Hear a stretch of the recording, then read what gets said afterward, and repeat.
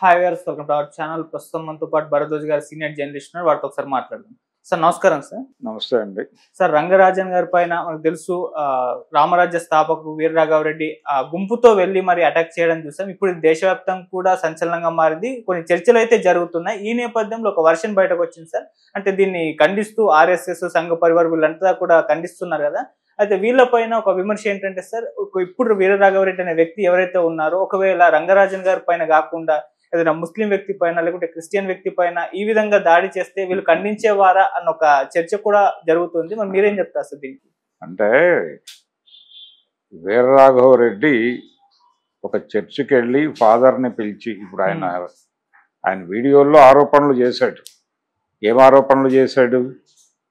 మసీదుల్లో, ముఖ్యంగా పరాయి మతాల ప్రార్థనా స్థలాల్లో వాళ్ళు ఈ దేశానికి వ్యతిరేకంగా, అంటే ఆయన ఈ దేశానికి వ్యతిరేకం అంటే ఆయన మతానికి వ్యతిరేకంగా అని చెప్తున్నాడు. మన మతానికి, మన ధర్మానికి వ్యతిరేకంగా పక్క మతాల ప్రార్థనాలయాల్లో వాళ్ళు కార్యక్రమాలు చేసేస్తున్నారు. మనం ఎందుకు ఇలా ఉండిపోయాం? మనం ఇలాగే చూస్తూ కూర్చుంటే ఇంకొక 15-20 సంవత్సరాల్లో 2040కి దేశంలో ఒక్క హిందూ మిగలడు అని మాట్లాడుతున్నాడు ఆయన. భారతదేశం హిందూ దేశంగా ఉండదు, ఇది పాకిస్తాన్ అయిపోతుంది అని మాట్లాడుతున్నాడు.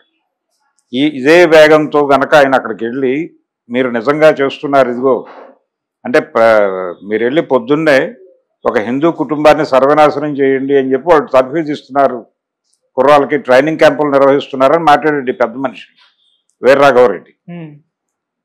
ఇతను వెళ్ళి గనక ఆ మసీదులోకి వెళ్ళి నిజంగానే అక్కడ వాళ్ళతో ఇది మాట్లాడి వాళ్ళ మీద దాడి చేసి ఉంటే, అలాగే ఒక చర్చికి వెళ్ళి ఒక ఫాదర్ మీద దాడి చేసి ఉంటే, అప్పుడు కూడా వీళ్ళు ఇలాగే ఖండించి ఉండేవారా? ఎవరు? ఇప్పుడు ఆర్ఎస్ఎస్ ప్రకటన చేసింది. ఆ ప్రకటన కూడా ముక్తసరిగా, మొక్కుబడిగా ఉంది, సీరియస్గా లేదు. ఏదో ఖండించామంటే ఖండించామన్నట్టు ఉంది. అలాగే ఇప్పుడు ఈ హిందూ మతం మీద ఎవరైనా ఏదైనా మాట్లాడితే వెంటనే నోరేసుకుని పడిపోయాయి అనేక యూట్యూబ్ ఛానల్స్ కూడా ఈ వీరరాఘవరెడ్డిని తిడుతూ, ఖండిస్తూ, ఇలాంటి వాళ్ళ వల్లనే హిందుత్వం ప్రమాదంలో పడుతుంది, వీళ్ళ వల్లనే హిందూ మతానికి ఒక చెడు పేరు వస్తుంది అని మాట్లాడేసి వీడియోలు చేస్తున్నారు. అవి సర్క్యులేట్ అవుతున్నాయి. అయితే వీళ్ళ నోర్లు లేచేవా అప్పుడు? ఎప్పుడు ఇతను గనక ఒక చర్చ్ ఫాదర్నో లేకపోతే ఒక మసీదులో ముల్లా మీదో దాడి చేస్తే వీళ్ళ నోళ్ళు ఏమయ్యేవి? వీళ్ళు వీరరాఘవరెడ్డికి మద్దతుగా నిలబడే వాళ్ళ, వ్యతిరేకంగా నిలబడే వాళ్ళ అనేది ఒక ప్రశ్న. రెండోది, వీళ్ళు హిందూ మతానికి చెడు పేరు తీసుకొస్తున్నావు అనే ఏ కాంటెక్స్ట్లో అంటున్నారు? ఇది కొంచెం వీళ్ళందరూ కూడా మానవతామూర్తుల్లా మాట్లాడుతున్నారు. కానీ వీళ్ళందరూ వీరరాఘవరెడ్డికి తమ్ముళ్ళు, అన్నలే. ఎందుకు వీరరాఘవరెడ్డికి అన్నలు, తమ్ముళ్ళు అంటున్నానంటే, వీళ్ళు కూడా ఇక్కడ ఎవరైనా హిందూ మతానికి అసలు వాళ్ళకి ఇంటెన్షన్ లేకపోయినా వాళ్ళ మాటల్లోకి జొరబడి వాళ్ళల్లో హిందూ వ్యతిరేక ధోరణులు ఉన్నాయని కనిపెట్టి డయాగ్నోసిస్ చేసి వాళ్ళ మీద దాడులు చేయటం అనేది ప్రోగ్రాం. అలా తిట్టడం ద్వారానే బతుకుతున్నారు వీళ్ళందరూ. ఎందుకు ఇలా? ఇది ఒక మార్కెట్ అనే విషయం వీళ్ళకి అర్థమైపోయింది. వీళ్ళకి ఈ విషయం అర్థం చేయించింది ఎవరు? ఆర్ఎస్ఎస్ రాష్ట్రీయ స్వయం సేవక్ వారు అర్థం చేయించారు ఈ ప్రపంచానికి. భారతీయ జనతా పార్టీ అనే పార్టీ అర్థం చేయించింది, ఇది ఒక మార్కెట్ ఉంది, ఇది స్ట్రాంగ్ మార్కెట్ అని. ఎప్పుడైతే ఈ హిందుత్వ మార్కెట్ ఈవెన్ అల్లు అరవింద్ గారికి కూడా ఎక్కింది, ఇదే ఈ మార్కెట్ స్పృహే ఎక్కి వారు తండేల్ అనేటువంటి సినిమాలో పాకిస్తాన్ ఎపిసోడ్కి అంత ప్రాధాన్యత ఇచ్చాడు. అదే జాలర్లు శ్రీలంకలో అరెస్ట్ అయినా, అమెరికాలో అరెస్ట్ అయినా, వాళ్ళని ఇంకెవరైనా స్విట్జర్లాండ్ కోర్టుల్లోనూ జైళ్లలో పెట్టినా అరవింద్ గారికి ఏమీ సంబంధం ఉండేది కాదు. ఆయన ఏమి ఇన్స్పైర్ అయ్యేవాడు కాదు. పాకిస్తాను, ముస్లింలు అనగానే కనెక్ట్ అయిపోయి తగులుకుని సినిమా తీశాడు. అంతకు మించి వేరే రీజన్ ఏం లేదు. ఆయనకు ఏదో సాఫ్ట్ కార్నర్ లేదు ఆ జాలర్ల మీద. అది పరిస్థితి. అంటే ఈ లెవెల్లో ఈ దేశంలో మెజారిటీ మతంలో ఒక ఉన్మాదాన్ని నింపేసిన ఘనత సంఘ్ పరివార్కిను భారతీయ జనతా పార్టీకి సంఘ్ పరివార్కి చెందుతుంది. చెందిన సందర్భాన్ని మనం ఇప్పుడు చూస్తున్నాం. ఈ వీరరాఘవరెడ్డి మీద మాట్లాడుతున్న వాళ్ళందరూ కూడా ఖండిస్తూ, అంటే ఈవెన్ రంగరాజన్ కూడా ఈ రోజుకి ఇప్పటికీ కూడా ఈ క్షణం కూడా ఆయన కాన్షియస్ గా ఖండించట్లేదు అతను. అది పరిస్థితి. ఈ పరిస్థితి ఇలా ఉంటుంది అనే విషయం ఈ రోజున మనం మాట్లాడుకుంటున్నాం. కానీ మహాత్మా గాంధీ హత్య జరిగినప్పుడు ఆ రోజు మౌంట్ బ్యాటన్ అన్న మాట ఏంటి? లార్డ్ మౌంట్ బ్యాటన్ మన దేశానికి చివరి గవర్నర్ జనరల్, ఆయన బ్రిటిష్ పాలకుడు, చివరి పాలకుడు. ఆయన తన సెక్రటరీతో అన్న మాట చాలా పాపులర్ ఆ రోజుల్లో. అదేంటంటే ఆయన ఇమ్మీడియట్గా అడిగింది, గాంధీ హత్య జరిగింది అనగానే ఆయన ఇమ్మీడియట్గా అడిగిన ప్రశ్న ఏంటంటే హంతకుడు ఎవరు అని అడిగాడు ఆయన. హంతకుడు ఎవరంటే ఏదో చెప్పబారు వీళ్ళు. హంతకుడు ఎవరు అంటే నా కాంటెక్స్ట్ హంతకుడి పేరు కాదు, అతని రిలీజియన్ ఏమిటి అని అడిగాడు. రిలీజియన్ అతను హిందూ అండి అని చెప్పారు. పైగా హిందూ రాష్ట్ర ఎడిటర్, హిందూ రాష్ట్ర అనే పేపర్ ఎడిటర్ అతను అని చెప్పారు. చెప్పగానే ఈయన రిలాక్స్ అయ్యాడు. అమ్మయ్య అదేంటి రిలాక్స్ అవుతున్నారంటే, ఒకవేళ ఎవరైనా ముస్లిం గనక ఈ పని చేసుంటే ఈ దేశం ప్రపంచం ఇప్పటిదాకా చూడని నరమేధాన్ని చూసేది అన్నాడు ఆయన. ఆ డైలాగ్ రికార్డ్ అయింది. ఆ డైలాగు మీడియాలో రికార్డ్, అప్పటి ప్రింట్ మీడియాలో రికార్డ్ అయినటువంటి స్టేట్మెంట్ ఇది. ఒకవేళ గాంధీని ఒక ముస్లిం చంపుంటే ఈ దేశం ఎన్నడూ, ప్రపంచం ఎన్నడూ చూడని నరమేధాన్ని చూసుండేది అని చెప్పాడు ఆయన.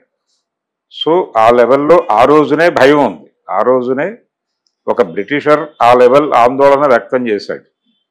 దీన్నే మనం ఇప్పుడు రివర్స్ చేసి మాట్లాడుకుంటున్నాం.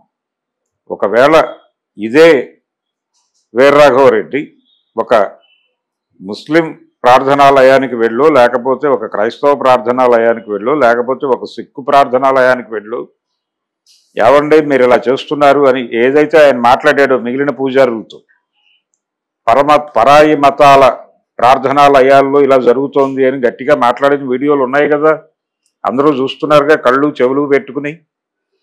ఇదే మాట ఆయన అక్కడికి వెళ్ళి మాట్లాడుంటే, ఇదే దాడి అక్కడ జరిగి ఉంటే వీళ్ళు ఖండించేవాళ్ళ అనేది ప్రశ్న. డెఫినెట్గా వీళ్ళు పట్టించుకునేవాళ్ళు కాదు. అతనికి ఏదైనా జరిగితే, ఒకవేళ వాళ్ళు గనక తిరగబడి ఏదైనా చేస్తే వాళ్ళ మీద బీభత్సమైన దాడి జరిగేది రివర్స్లో. ఇది గ్యారంటీ, ఇది పక్కా. కాబట్టి ఒక అప్రజాస్వామిక ధోరణి, ఒక వైపరీత్యపు ధోరణి, అది వీళ్ళ ఇంటెన్షన్లోనే ఉంది. అందుకని ఈ ఖండిస్తున్నటువంటి సంఘ్ పరివార్ కావచ్చు, ఈ ఖండిస్తూ మాట్లాడుతున్నటువంటి యూట్యూబర్స్ కావచ్చు, ఈ ఛానల్స్ వాళ్ళు కావచ్చు, వీళ్ళందరూ కూడా వీర్రాఘవరెడ్డికి నకళ్లే. వీర్రాఘవరెడ్డికి నకళ్లే తప్ప ఒక అంతస్తు తేడాతో వీర్రాఘవరెడ్డిలే. వీర్రాఘవరెడ్డి ఈ మార్కెట్ ఉంది అని కనిపెట్టి ఈ మార్కెట్ను క్యాప్చర్ చేసుకోవడానికి వచ్చాడు. కొంచెం అగ్రెసివ్గా వెళదామనుకుని వెళ్ళాడు. ఈ అగ్రెసివ్ దీనిలో భాగంగా దీనిలో రకరకాలుగా డబ్బులు చేసుకునేటువంటి అవకాశం ఉందని ఆయనకు అర్థమైంది. ఆయన ఆల్రెడీ సెటిల్మెంట్లు పంచాయతీలు చేశాడు. ఇది ఈ రోజున కాదు. ఆయన తెలంగాణ ఉద్యమం జరిగినప్పుడు తెలంగాణ వ్యతిరేకంగా ఒక ఐక్య సంఘటన కట్టే ప్రయత్నం చేసి ఆ సమయంలో కూడా కొంతమందికి తన ఫైటర్ని అని చెప్పడం ద్వారా, అంటే అప్పుడు ఒక పరిస్థితి ఉంది, సమైక్యాంధ్ర తెలంగాణ నినాదానికి వ్యతిరేకంగా సమైక్యాంధ్ర నినాదం నిలబడింది. అక్కడ డబ్బులు ఫ్లోట్ అవుతున్నాయి అనేది అతనికి అర్థమైంది.